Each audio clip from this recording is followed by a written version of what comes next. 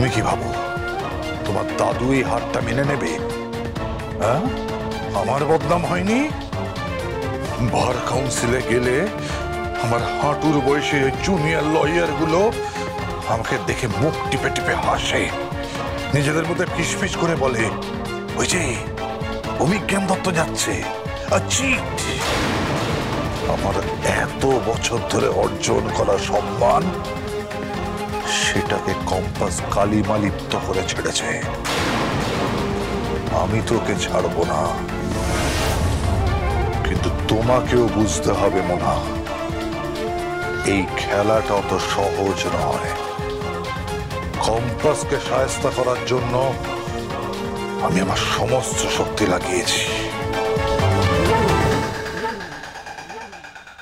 কি করেছো তুমি? সব কথা তোমাকে বলা যাবে না মোনা, আর বললেও তুমি বুঝবে না। শুধু এটুকু জেনে রাখো, বিহান তোমার কাছে ফিরে আসতে বাধ্য হবে, আর কম্পাসও বিহানের জীবনে থাকতে পারবে না। I promise you. শুধু তুমি কোন রকম বোকামো করো না মোনা। তুমি তো পড়াশোনা করে বিহানের চোখে ভালো হতে চাও, তাই না? তাই হও। আমি তোমার ইচ্ছে মতো সমস্ত এক্সামিনারদের সঙ্গে কথা বলে সব সেট করে ফেলেছি।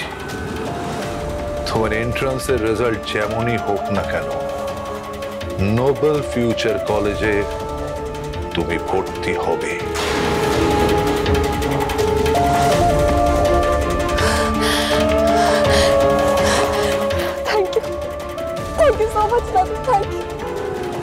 ওটা ঋতুজা চৌধুরীর কলেজ, সবার নজর থাকবে তোমার ওপর। আমি জানি পড়াশোনা করতে তোমার ভালো লাগে না। আমি দেখব কম্পাসকে কিভাবে আটকানো যায়। যেভাবেই হোক ওকে আমি আটকাবো। ওকে আমি এন্ট্রান্স পরীক্ষায় পাশ করতে দেব না, কিছুতেই না। তুমি শুধু একবার আমাকে ওই কলেজে ভর্তি করিয়ে দাও দাদু। আমি ভালো রেজাল্ট না করতে পারি, কিন্তু ওই কম্পাসকে কোনো মতেই আমি ভালো রেজাল্ট করতে দেব না। এটা আমি প্রমিস করলাম তোমাকে।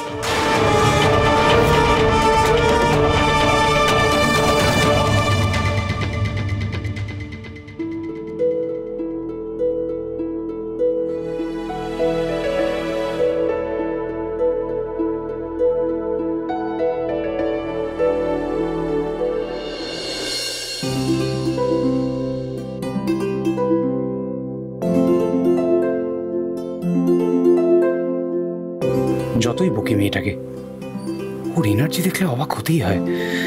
সারাদিন ধরে মা বাবার অ্যানিভার্সারিতে এত কিছু করার পর আবার রাত জেগে পড়ছে। মোনালিসা ওর সঙ্গে কম্পিট করতে চাইছে, পারবে? এত টেন্ডাসিটি আছে ওর।